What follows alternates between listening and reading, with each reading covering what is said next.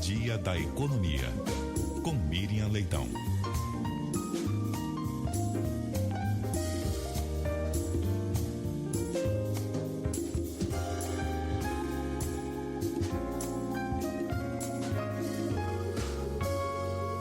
Boa tarde, Miriam. Boa tarde, Cássia. Boa tarde, Nadédia. Boa tarde, ouvintes da Rádio CBN. Boa tarde, Miriam. Miriam, uma decisão que saiu agora há pouco, Suprema Corte dos Estados Unidos decidiu que o tarifaço imposto pelo presidente dos Estados Unidos contra vários países é ilegal. E aí, Miriam, a gente tem alguns produtos brasileiros que ainda estavam sendo afetados pelo tarifaço. Em alguns casos houve acordos para diminuir as tarifas, mas eu me lembro de alguns setores, como de pescados, também os produtores de mel ainda eram afetados por essa medida. Então, a gente deve ter impacto aqui no Brasil, mas também haverá em outros países. Sim, e essa é uma excelente notícia. Mesmo se a gente olhar da perspectiva brasileira, certamente, porque você está mesmo alertando aí os vários setores que permanecem com tarifas, outros tiveram redução da tarifa, mas com cota tributária, com cota, até um certo ponto é a tarifa normal, acima disso é a tarifa extra. Enfim, o Brasil negociou como pôde, negociou muito bem, com a ajuda, com a liderança do vice-presidente Geraldo Alckmin e do presidente também, Lula, que conversou diretamente com o presidente Trump. Foi um esforço da diplomacia brasileira, do setor privado brasileiro, que também negociou com as suas contrapartes nos Estados Unidos para absorver parte do custo. Enfim, foi um esforço nacional que envolveu muita gente e que acabou absorvendo esse impacto. Mas mesmo se olhar de perspectiva mais ampla, mais macro, da perspectiva do funcionamento da democracia americana, isso é muito importante, porque o presidente Donald Trump, ele começou a governar de maneira muito autárquica, assim, ele como se ele quisesse ser um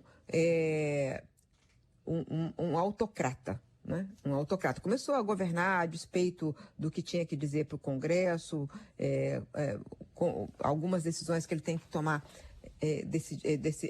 comunicando o Congresso, ele não comunicou. E nas tarifas, ele usou uma brecha da lei, uma brecha de uma lei antiga, de 75, que falava que em caso de emergência nacional. Então, tudo passou a emergência nacional. Evidentemente que nenhuma das nossas exportações, nenhum produto brasileiro provocava uma emergência nacional nos Estados Unidos, né? Mas ele usou isso aí para colocar tarifas sobre o mundo inteiro. E ele tem usado a tarifa como arma de persuasão. Assim, olha, se você não fizer isso que eu quero, eu aumento a tarifa. Se você fizer acordo com a China, eu aumento a sua tarifa. Então, ele começou a usar a tarifa que deve regular o comércio. O comércio internacional tem tarifas, mas o comércio internacional também tem regras.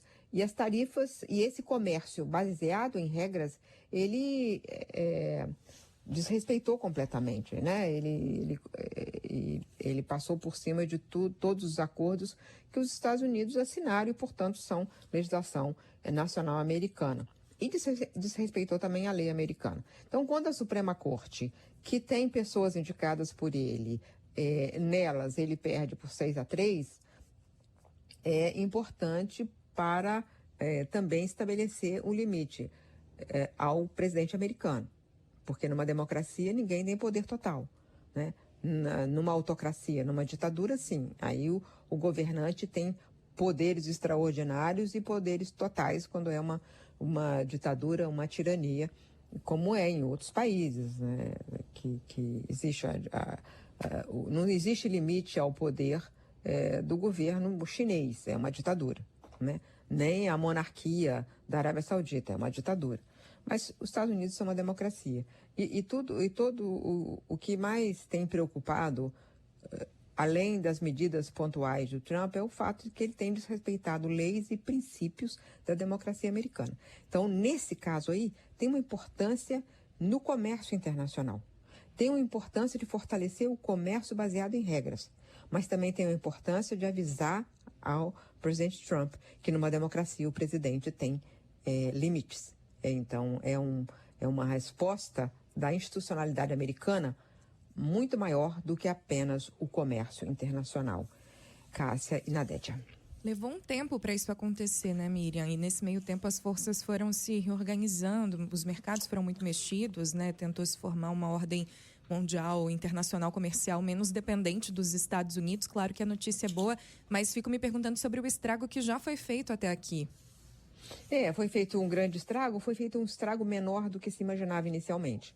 Porque ele mesmo recuou e porque teve esse esforço de cada país dos produtores, dos exportadores, dos importadores de absorver o custo dentro da cadeia produtiva. Mas é uma quebra de regras que precisava de ter uma resposta.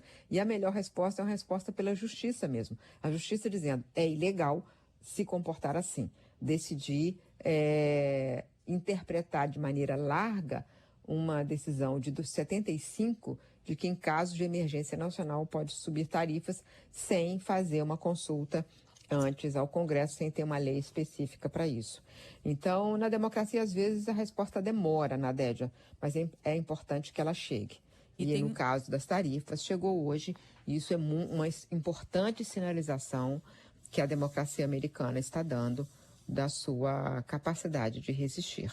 Sem dúvida, inclusive porque havia um temor, né, Miriam, em relação a uma decisão a ser tomada pela Suprema Corte que se imaginava fosse mais favorável ao presidente Donald Trump, e não foi isso que se revelou.